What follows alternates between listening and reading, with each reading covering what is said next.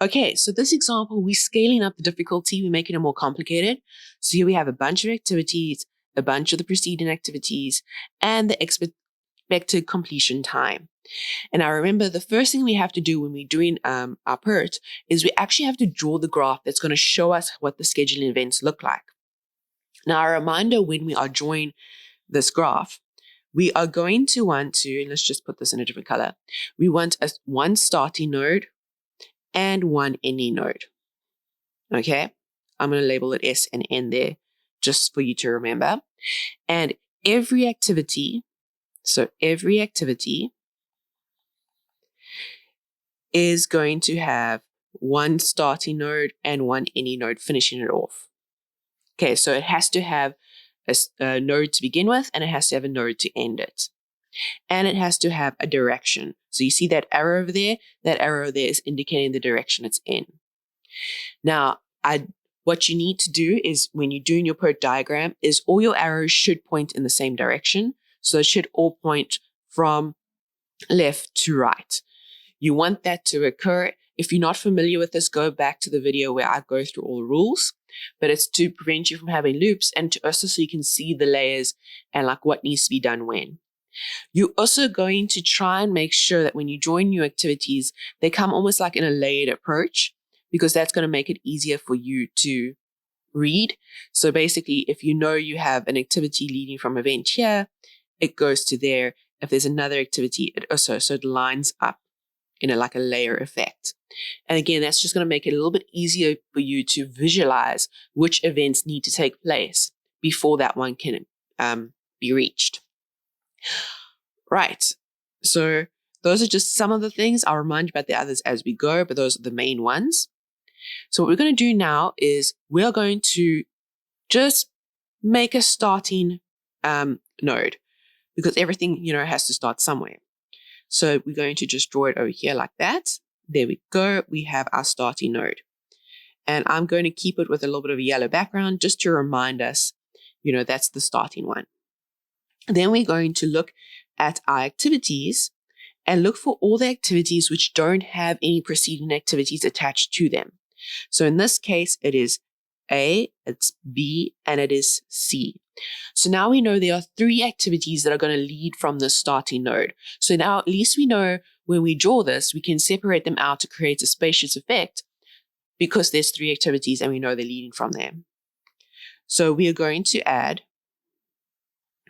a line going like that, a line going like that, and a line going like that. And that's going to be activity A, activity B, and activity C. Now, a reminder, every single node needs an end node. So there's a node. We're going to have to add another one now for our B, and another one now for our C. Obviously, I'm not the neatest person in the world, but you get the point. This is a rough sketch. There we go. So now we have done A, B, and C. Now what we're going to do is we're going to go down our list of activities. And if all the preceding activities, so all of these, are already on the graph, then we're going to add it. If all the preceding activities are not on the graph yet, you're going to go back and add it once that all the preceding activities are on the graph. But you're just going to go down and see what you can put into the graph and then tick it off. So we're going to look at D, and we're going to look at what are the preceding activities of D. So the preceding activities of D are B. B is on our graph. See, B sits over there. So we can add D to it. So what we're going to do now is we're just going to add D. D comes out of B like that. Now, technically, you could also, there are multiple approaches to do this. You could actually look for all the ones that have B as a preceding activity. So you have B sits there, E sits there, and F sits there with B as a preceding activity. And what you can do is you can actually, particularly if you want it neat straight away, let's rub this out.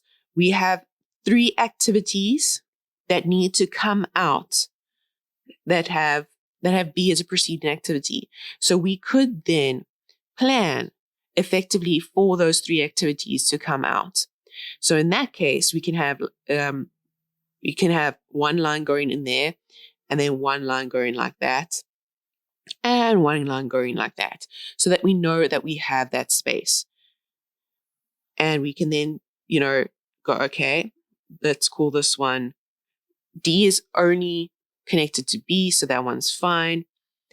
E is the slightly dodgy one, so you're like, okay, E needs A, so you'd have to add a dummy activity like that to have E popping up. And then, so you've done D, you've done E, and then you look at F. F requires just B, so F can just chill there like that. So there is multiple ways. You can go through just the list of activities here and run through and update, or you can actually look at this immediate preceding activities and run it backwards like that to see. The only problem you're going to get if you do it that way is like for E, the fact that you have A and B. So you'd have to first check then that A is also on your graph and make that connection and go back. So your placement of where you push, like I put my D here because it had nothing interfering with it.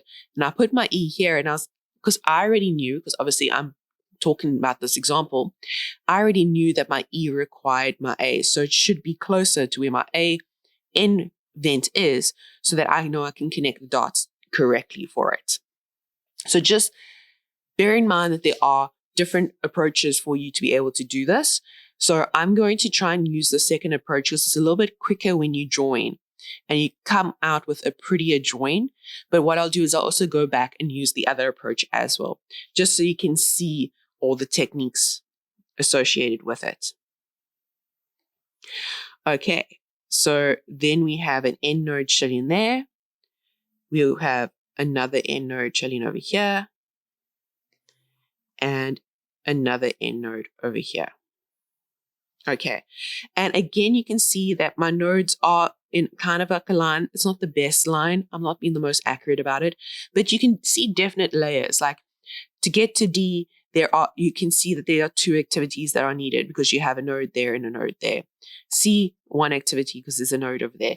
So just so you can see that layering, it'll help you, particularly when you are going through your design process. Okay, so we've done D, E, and F. And that was covered. What we can do now is and again, we're going to follow the preceding activities. So we've done all the preceding activities for A and B. Let's look for the preceding activities of C. So we're going to look for where C features in the preceding activity list. And it's over here. And that is connected to G. So we're like, okay, cool. But notice it requires F and C. Now, you would want to default to just going like this, connecting the 2, and then adding your G. So that would be the most common approach. You'd be like, okay, cool. I need C and F. So let me default, do a dummy situation there. However, the ideal situation would actually be to move this end node into this end node because you want to limit as many dummy activities as possible. And your only rule regarding, being able to merge these is that you don't have your edges, which are your arrows, your arcs. You don't have arcs that go like this. So you have an activity there, an activity there. That's the only thing you don't want. That's a no. But in this case, if you had to do it, it is coming from separate activity events.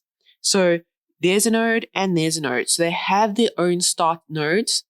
They're only going to end at the same node. And that's totally allowable. You can end at the same node. You just can't begin at the same node. So you can't have parallel edges occurring. So what we're going to do here is we're going to fix it up now. We're going to basically just take this end event and squish it into here. So we're going to move C to run along there. So let's go ahead and rub some of this out. So we're removing this.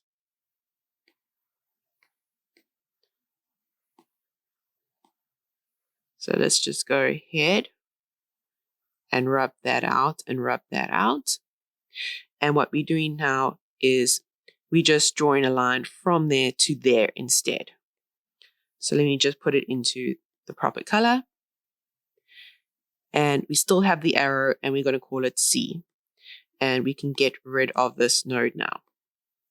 So we've replaced that node with, to be fully accurate, we've moved this node across like that and joined it up. Okay, so now we've done for C's preceding activities, which got rid of G or put G on our graph. Now we can look for all of D's preceding activities. So D sits over here. And D is the one that's going to cause us a bit of trouble if we follow this approach, because you have to think through it quite thoroughly now. Because D has a preceding activity that also connected with it, so that J activity requires I as well. And we haven't handled I yet. So this is where, if you follow the approach of looking at the preceding activities first, it's going to get a little bit messy in regards to that. So you know that your D there's going to be a J that leads from D, but it requires an I.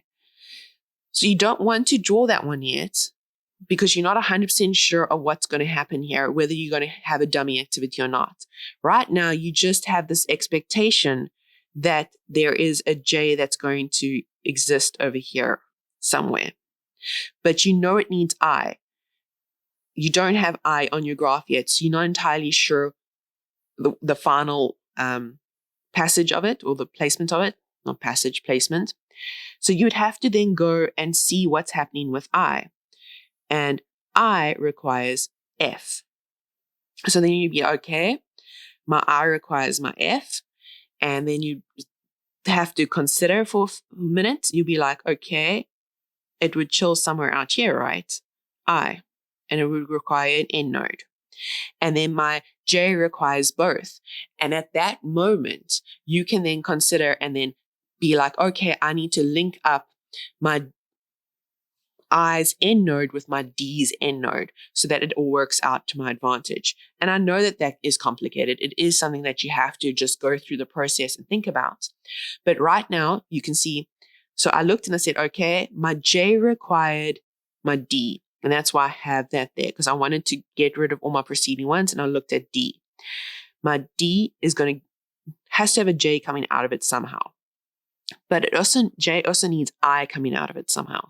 So I go look at what's happening at I, and I requires F. So then I'm like, okay, cool. I requires F, which means I have an I chilling here outside. Now, I may not have necessarily realized to put it on the inside here. I could have. When I'm just thinking about my planning, have considered the fact that I is going to go over there. Let's just go with that. And then so our placement could either be there or there. But now I already know that my J needs to be connected with my D. And we had already placed that there. So this one would be more likely. And then you're like, okay, I could. And again, you're thinking this through and you're like going through the thought processes. I could have had a dummy activity connecting the two of them. But then once again now, because we have the dummy activity, that dummy activity is not doing anything like extravagant or required, not extravagant. My language skills are really bad today. Not doing anything that's absolutely necessary, much like with our C, when our C was chilling over here, and we ended up squishing it into our F. So it's performing the same function. And remember, you want to limit the number of dummy activities that you have. So at this moment in time, you go, okay, I could have my activity I coming in there like that. And if I do that, I can then have my activity J being this thing here that just comes out of D. Because I know this event will require both D and I to be finished. So it's fine. And that's going to get rid of a lot of the messiness. So let's get rid of the messiness now. So let's get rid of all of that and make our lives relatively easy. We don't have to use that one over there. And now we're just going to draw J in as a proper version, like that. And we can now give it its end node. Now, a reminder to just tick off the things you've done so that you know what you've done and what you haven't done. So now we have J and we have I. And remember, when we did this, we finished off with D as our preceding event. So the next preceding event we would want to handle is E, because we've already had E in our graph. So let's go do that one. That one has E sitting there like that, and it is L. So let's just show you what's happening. E has L coming out of it. So this one's relatively easy. There's nothing else leading from it or anything like that. So we can just plug it in and give it an end node. And again, notice that I am trying to keep my levels consistent on everything. If I wanted to be even more consistent with my levels, I would actually move this, not this node, this particular node. There we go. The dean that, okay.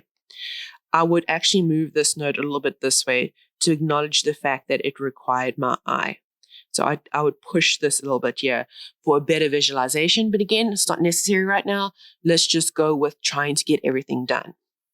That's just me being a bit particular about how I want things to look.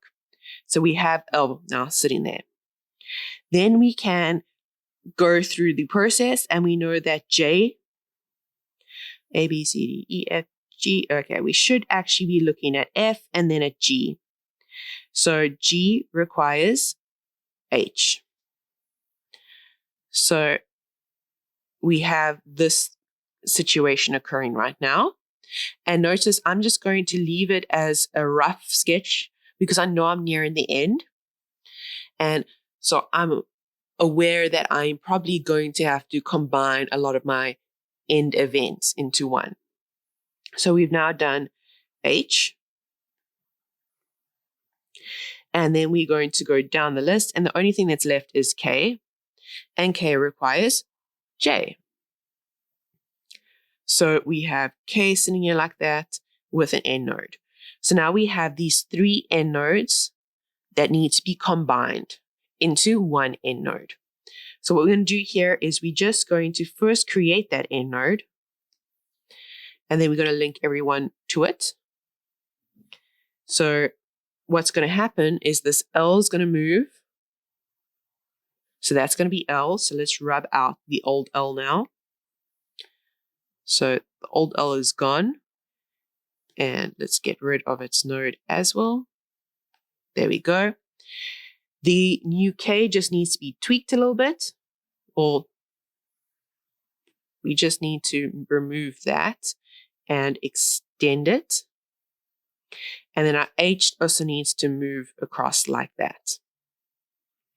So we can now rub out the old H. I could have left the symbol H there. It actually worked perfectly.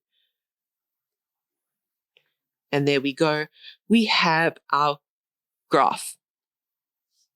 So this was the approach of actually looking at the preceding events for my planning so that when I plan, everything looks relatively pretty and I don't have to rearrange the whole time.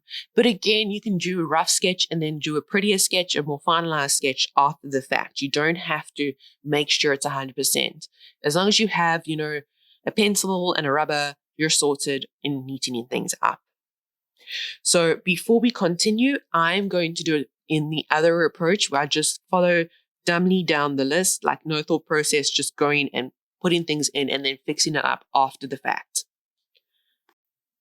Okay, so again, we have all the activities, we have all the immediate preceding activities and the expected completion time. So again, in this approach, I'm just going and I'm going to go down the list and sort the stuff out.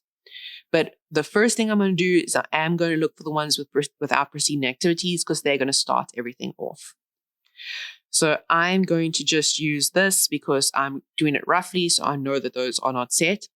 And I have my A, B, and C coming out of it. So A,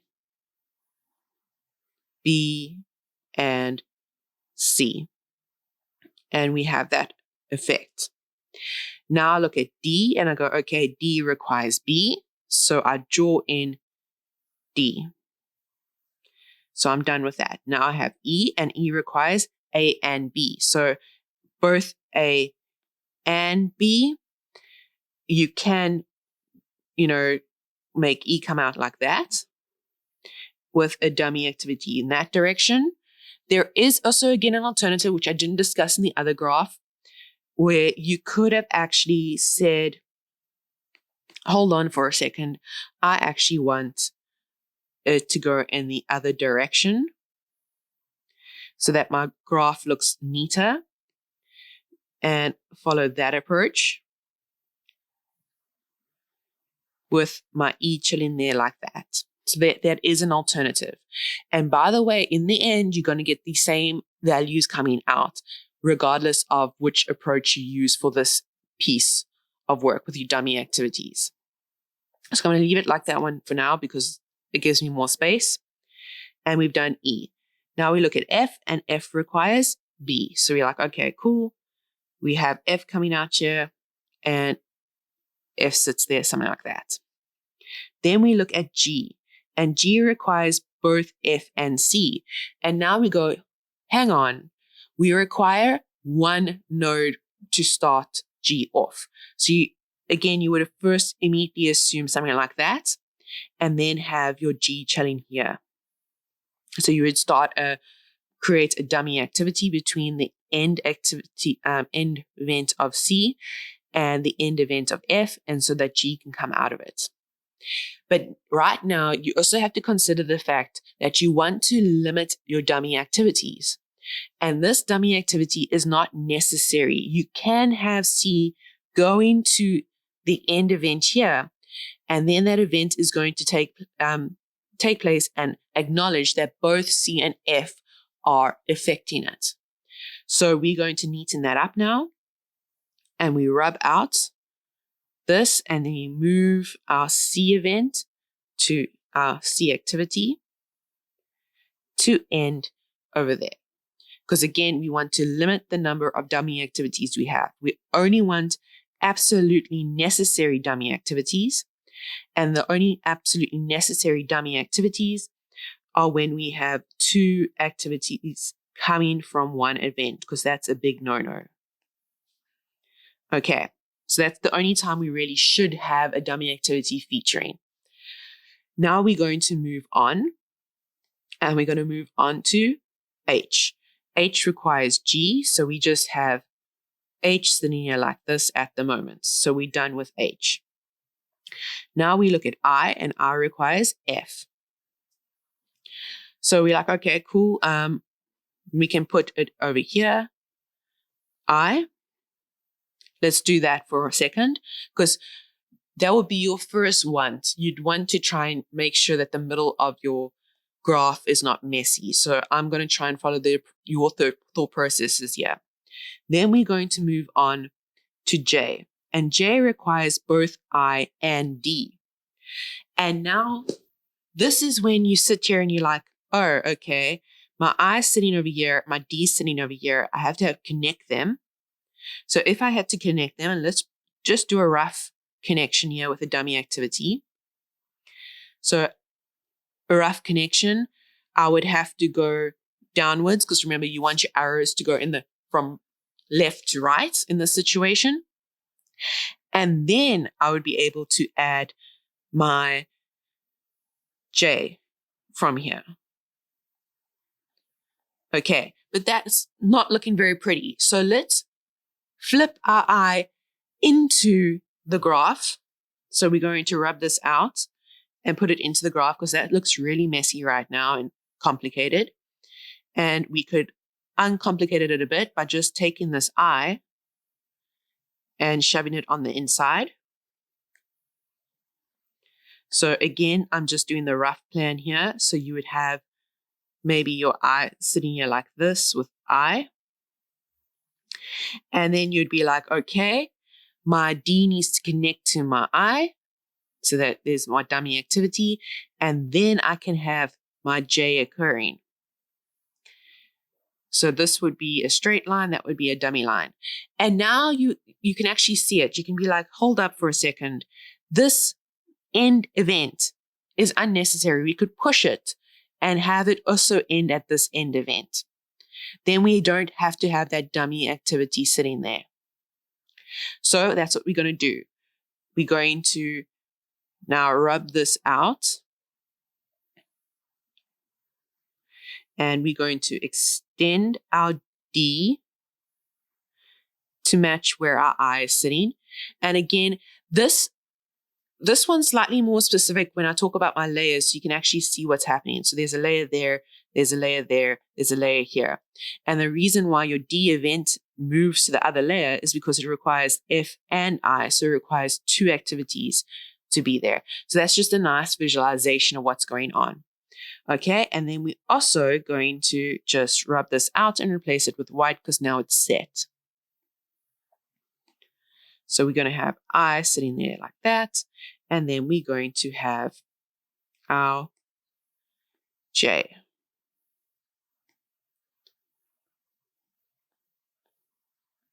Sitting there. Okay, so now we've done our J. Now we can look at our K. Our K just comes off our J, so that was a nice and easy one. Then we have our L, and our L requires E, so we have an L that technically sits here like this. Now, at this moment in time, you have no more activities to look at. So you have to now go back and fix and be like, here's an end activity, here's an end activity, and here's an end activity. But my overall graph requires one end activity event. I keep on saying activities for the events. So it requires one end event. So we're just going to combo all those together. The easiest one would be to keep K, the one connected to K, and just move H and L to go to it. So that's what we're going to do. So we're just going to clean that one up and clean that one up by rubbing it out and placing it like that. So this was H and this was L. And there we go. We now have our graph that looks pretty neat. Okay, so there's the two ways and approaches you can follow for drawing up your PERT diagram.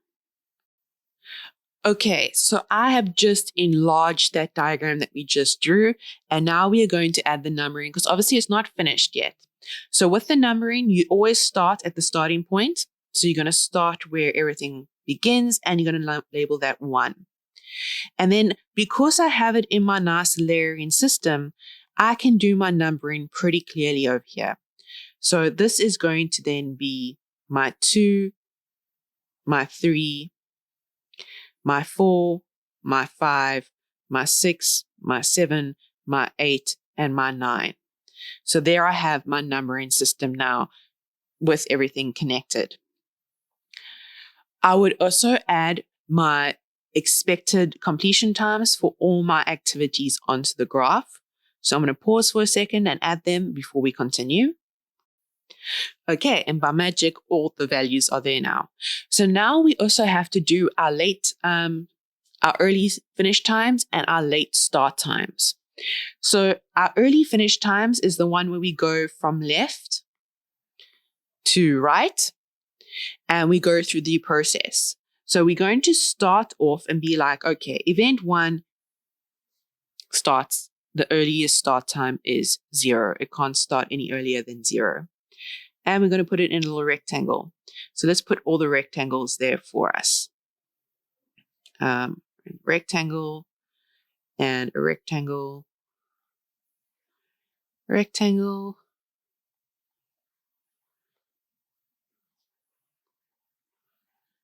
Okay, so those are where we're going to put in our early start times.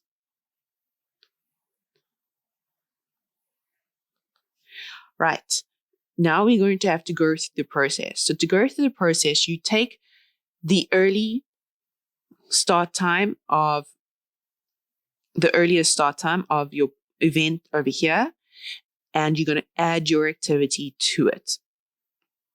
So it's going to be 0 plus 2 gives us 2. And we would have to do this for every activity that leads to this event. So event 2 has this activity, right? And that's where we did the 0 and the 2, and we got the 2.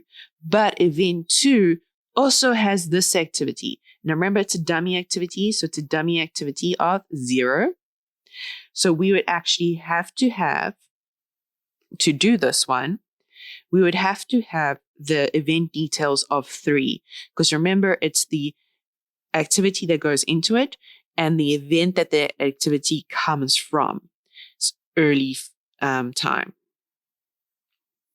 So we would need 3s first. So let's go and work out for 3.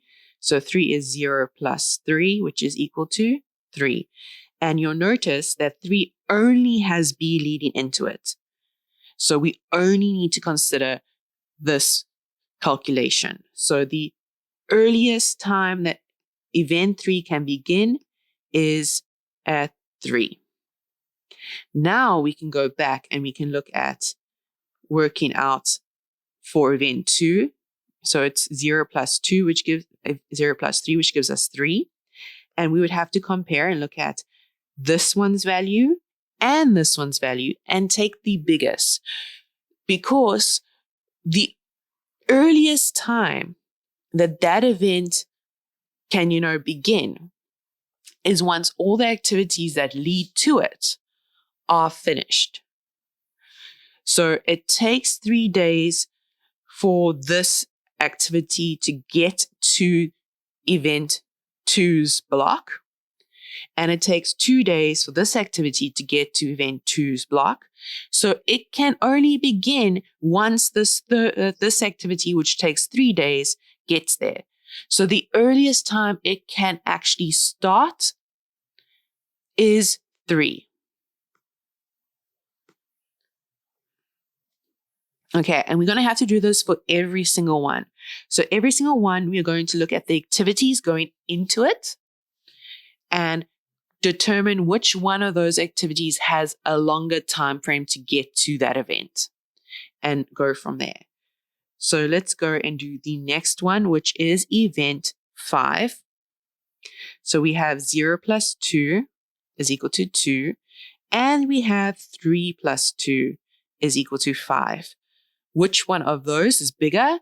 The 5 is bigger, so the 5 will go into there. So once again, we look at whatever activities lead into that event. We work out, their sums of when they're going to be finished, and then we choose the one that is the longest, and we put it into our block. Okay, let's go to event 4 and do event 4s now. So event 4 is just 3 plus 3, which gives us 6. Okay, let's go to event 6. And if we go to event 6 has this one and it has this one. So we're going to have to go and calculate. So to add to D, we have the 3 plus the 4. So remember, it's the event it's leading from's time plus the activity's time. So that's going to be 7. But we also have 5 plus 3, which is 8. So the 8 is the longest there. So 8 is going to go into there. Because what's going to happen is J can't begin. And remember, J leaves from event 6. J can't begin until both I and D are finished. And I is only going to finish after the 8 days. That's what we're actually doing here. So again, a reminder, we're looking at this time, we are looking at the biggest of those days because of the way the scheduling works. So J can't begin unless both I and D are finished. It takes 7 days for D to be finished. It takes 8 days for I to be finished. So the earliest start time that's going to happen for J now to begin is those 8, for the 8 days that it takes for I to be finished. Okay, let's move on to the final ones. So we're now going to look at activity 8. And activity 8 just has the 8 plus the 2 happening here, which is 10. So we're going to have 10 chilling over there. We're going to go down here to activity 7 because I forgot about it. My bad. And we are going to just work it out. And that is just 5 plus 5, which is going to give us 10 as well. And now we're at our last little round. And our last round has 3 activities leading into it. So we have 3 sums that we need to do and compare. So we're going to have 10 plus 4 gives us 14. We're going to have 10 plus 1 gives us 11. And we're going to have 6 plus 6 gives us 12. So we choose the biggest of them, and that's going to be 14. So we're going to end up with 14. So the earliest finish time of this schedule is 14 days. So it will take 14 days to finish all the activities in this schedule. Now, what I'm going to do is I'm just going to clean up this diagram. So if you want to look at it, I suggest you pause it. But I'm going to clean it up now so that we can do the next part. So I'm just taking away these sums.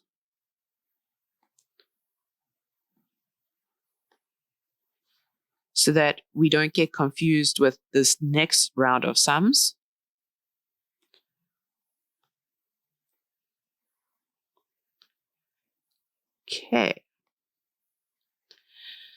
Okay, so there we'd have it. Now we are going to fill in the circles. So a reminder that the circles is going to be like the latest start time that you can have for the events. And the latest start time that you can have for the events is something that you do to make so that you can see, because some events you will not have to start immediately. You'll have some slack time available to them. And this latest slot time is going to allow you to see what those slack times are.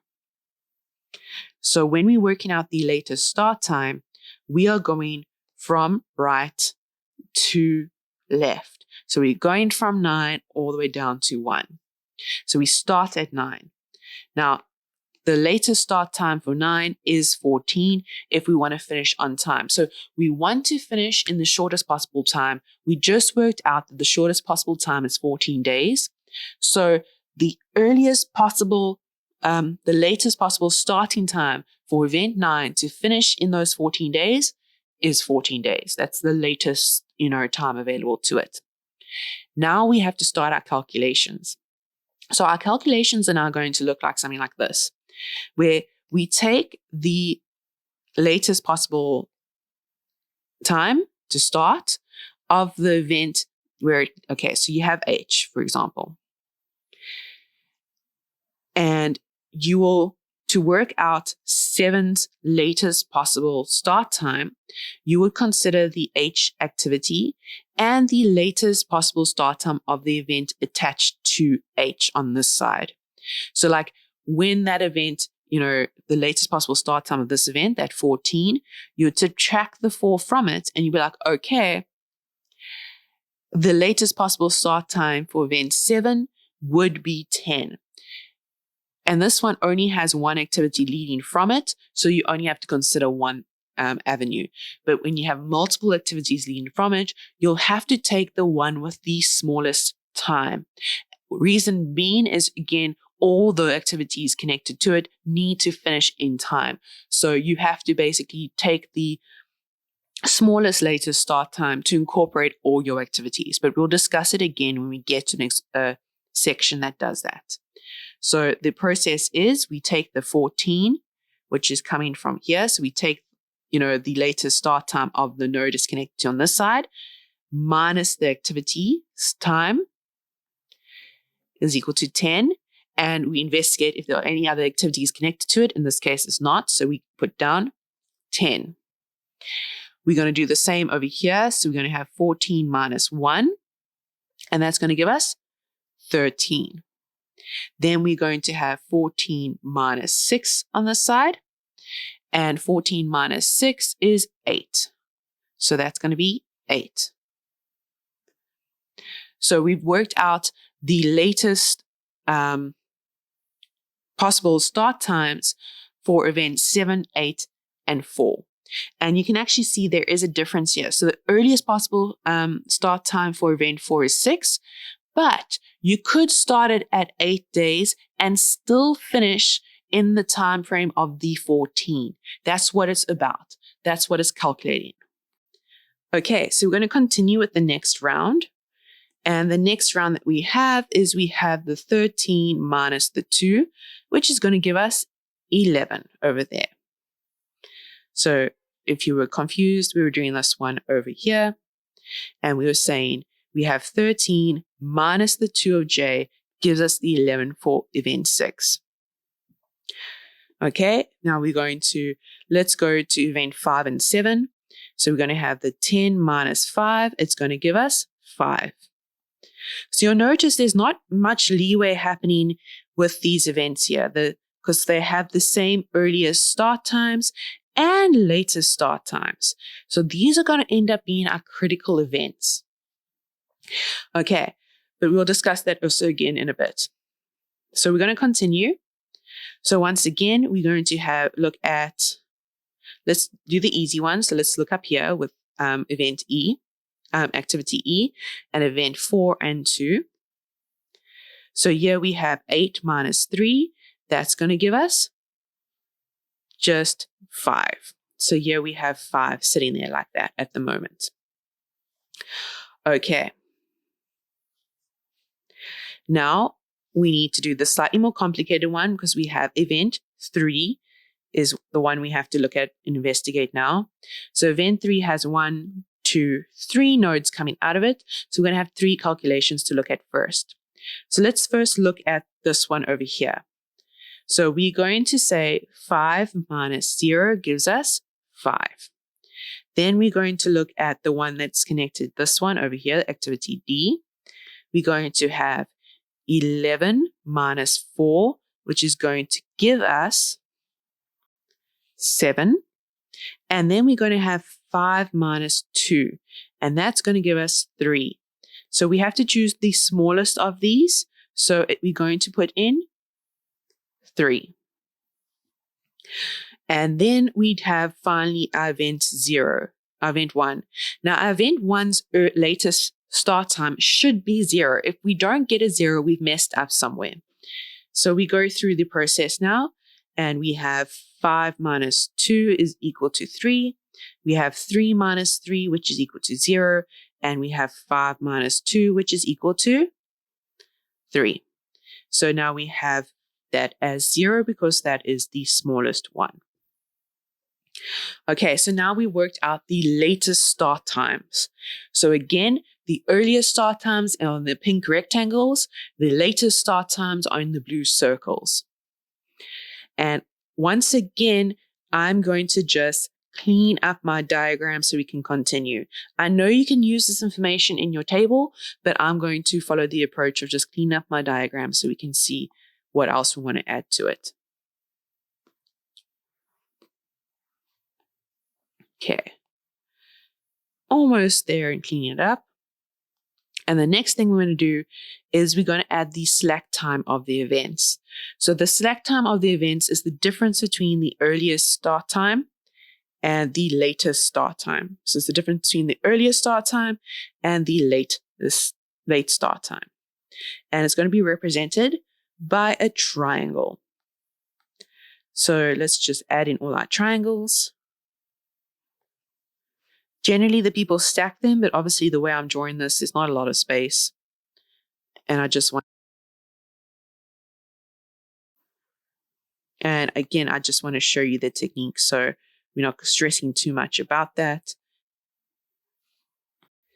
And one last triangle to add here. There we go. And again, it's going to be the difference between the rectangle. Let's actually rub this out. I don't know why I still have it there. Okay. So, well, actually, you know what? Let me add the key quick. So this is going to be the slack. And the slack is equal to the circle minus the rectangle value. So let's go ahead and do all the working out for this. So it's 14 minus 14. That's going to be 0. I'm starting from the back here and going across. Then we're going to have, in this case, it's 13 minus 10. That's going to give us 3. Then I'm looking at this one over here. It's 11 minus 8. And that's going to also give us 3. 10 minus 10, so I'm looking over here. That's going to give us 0. Then I'm looking up here, 8 minus 6, that's going to give us 2. Then I'm going down here, 5 minus 5, that's going to give us 0. And I forgot to put a triangle here. Let's add it in quick. And 3 minus 3, that's going to give us 0. 5 minus 3 is going to give us 2. And then 0 minus 0 is going to give us 0. So those are all our slack times. So what we've done here is we've done our earliest starting time, our latest starting time, and our slack for the events. But we still need to do the table.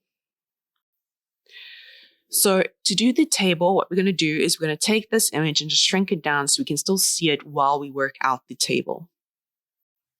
But before I shrink it down, I want to discuss the critical events. So the critical events are all where the slack is 0. So that's going to be 1, it's going to be 3, it's going to be 5, it's going to be 7, and it's going to be 9. Those are the critical events. There is no slack available, so those events have to start on time to finish your project on time. No delays can occur with those events. Now, the critical activities are the activities that are actually connecting those events together. So in this case, it's easy to see. It's just your H, it's just your G. And then with the fact that you have your 1, 3, and 5, it is this event activity over here and this activity over here. Now, that whole process, that going from activity 1, 3, event 1, 3, 5, 7, and 9, we're through activities B, F, G, and H. That is your critical path. That's the most important activities and events that need to take place to finish your project on time. They are critical to the finalization of the project on time. And again, you can see them where your slacks are 0. So you can color in those events, and those are the critical events. And then the activities that connect those events together are, by joining the dots, are your critical activities. So you already know what your critical activities are by just looking at this graph. You already know what your critical events are. But now what we're going to do is we're going to draw a scheduling table, which is going to give us this information as well in a shortened version of a table with no diagram looking at it. So we're going to take this diagram now and we're just going to shrink it because we're going to need it for our table drawing. So we're just going to shrink it like that, and we're going to draw our table. Let's make it a little bit smaller because we need a lot of space for this table. Now, for our table, we're going to have all our activities listed. So we're going to have and hold on a second, I don't like the color yellow. There we go. We're going to have A, B, C, D, E, F, G, H, I, J, K, and L. Almost don't make it onto the screen, so let's just move the screen quick. A little bit higher, there we go. So we're going to have all our activities. We're also going to have the duration of all the activities. So A was 2, B was 3, C was 2, D was 4, E was 3, F was 2, G was 5, H was 4, I was 3, J is 2, K is 1, and L is 6. So we have those listed. I know my stuff started going a bit wonky there, but you get the idea. That's your activities, and that is your time. Now we're going to have a section. So we're going to write a start column here. And we're going to have an early start and a late start. And we're going to have a finish section. And we're going to have an early finish and a late finish. And then we're going to have a slack section. So like we did with the easy example, we're just going to create a table now of all these values. Now your early start is going to be your rectangle values, and your late finish is going to be your circles. So let me just get your blue circles. Okay, and a reminder of how you're going to follow this approach is you're going to have your beginning node and your ending node for each activity. So there sits your activity like that. And you're going to have the rectangle over here and a rectangle over here. We are looking at the rectangle in the front when we're looking at the early start times. So when we're looking at, say, activity A, we would look at activity A on our graph here. We would investigate that rectangle, so the one connected to the starting node. So again, it's going to be, have a little key up here. You have your activity. That's your starting node. That's your ending node. It's the rectangle on your starting node. So what the activity leads out from. So let's go ahead and write down all our values. So activity A sits over here. It has a 0 there. So we're going to put down 0 for that. Activity B, it's the same thing because B leads from this, and same with activity C. So all of those have an early start time of 0. Okay. Then we're going to look at activity D. So activity D sits over here. It has a rectangle over here. That rectangle is 3. Then we're going to look at activity E. Activity E sits over here. That rectangle in front of it is 3. So we're going to write down 3. We're going to do it for F. So F sits over here. That rectangle in front of it is 3. Then we're going to go to G. G has a rectangle in front of it of 5. Then we're going to have H, and H sits over here. H's rectangle in front of it is 10. Then we have I. I sits over here. I's rectangle in front of it is 5. Then we have J. J sits over here. The rectangle in front of it is 8. Then we're going to look at K. K has a rectangle in front of it of 10. And finally, we have L. L has a rectangle in front of it of 6. So now we have the early start times of all our activities. So now we're going to look at the late finishing times of them. So again, we're going to have our activity sits with an end node and a starting node. But now we're going to look at the circle at the end node. That's the one that's going to be of interest to us. That's the latest time that our activity can finish to still finish our schedule on time. So let's go through the process. A sits over there. What's it in its circle? It is 5. So we're going to put down 5. We're going to then look at B. What's in B's circle there? 3. So we're going to put down 3. We're then going to C. What's in C's circle? It is 5. So we're going to put down 5. Now we go to D. D sits over there. Its circle is 11. So we're going to put down 11. And we're going to go to E. E sits over there. Its circle is 8. And don't forget, if you're getting lost, you can always pause it. Then we're going to go to F. F sits over there. So the F circle is 5. So let's write down 5. And at this moment in time, I just want to quickly check because I think I'm getting a bit lost with my A, B's, and C's. So I'm just going to write lines here to help me out. Not the best lines in the world, but just to remind me of where everything is. And F, G, H, I, J, K. Okay, that's again just to help me out there. So we're going to continue, and we're going to now look at G. So G's circle is 10. So let's fill in 10.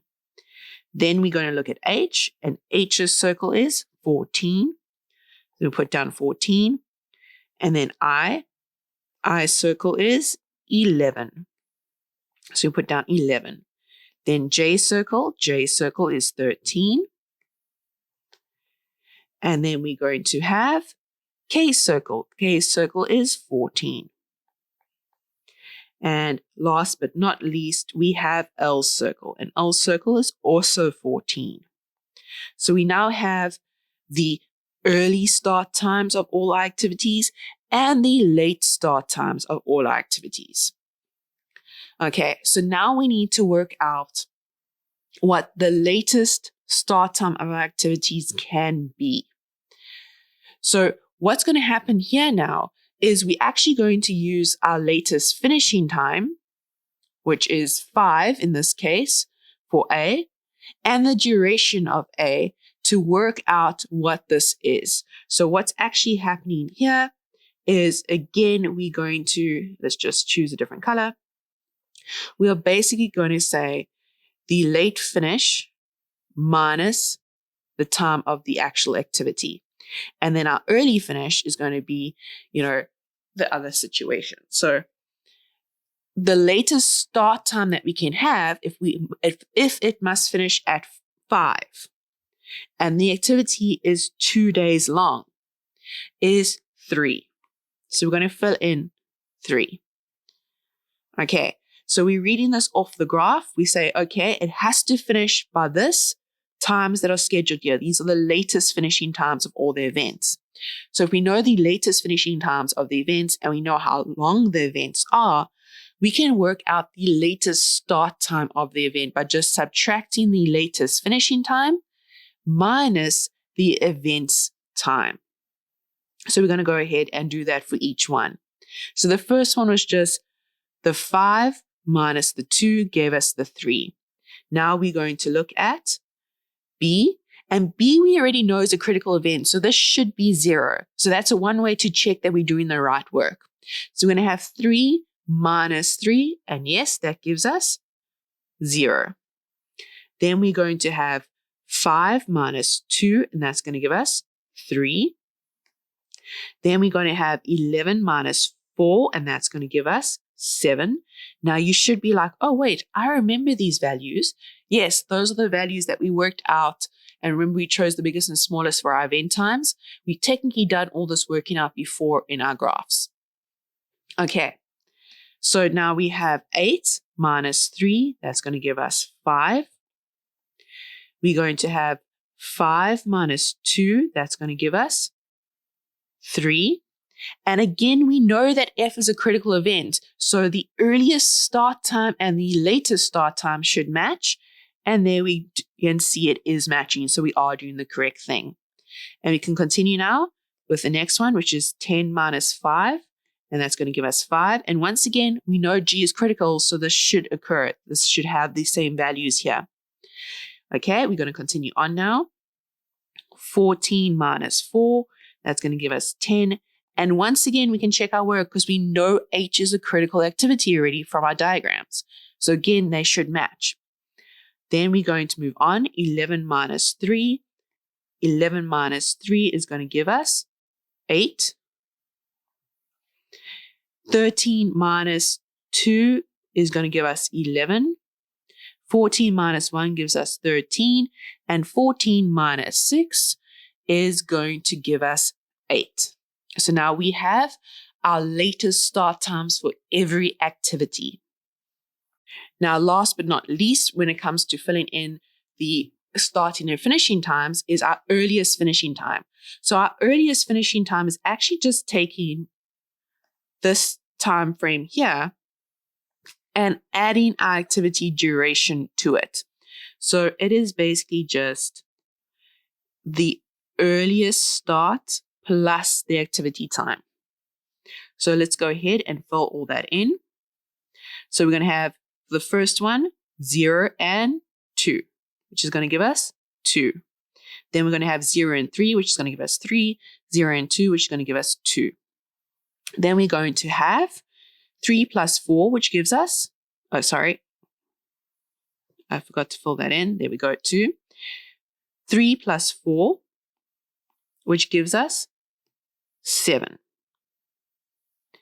Then we're going to have 3 plus 3, which gives us 6. Then we're going to have 3 plus 2, which gives us 5. And once again, we should be seeing that with our critical events, our earliest finishing time is the same as our latest finishing time. So you'll see that happening there with the 5 and the 5.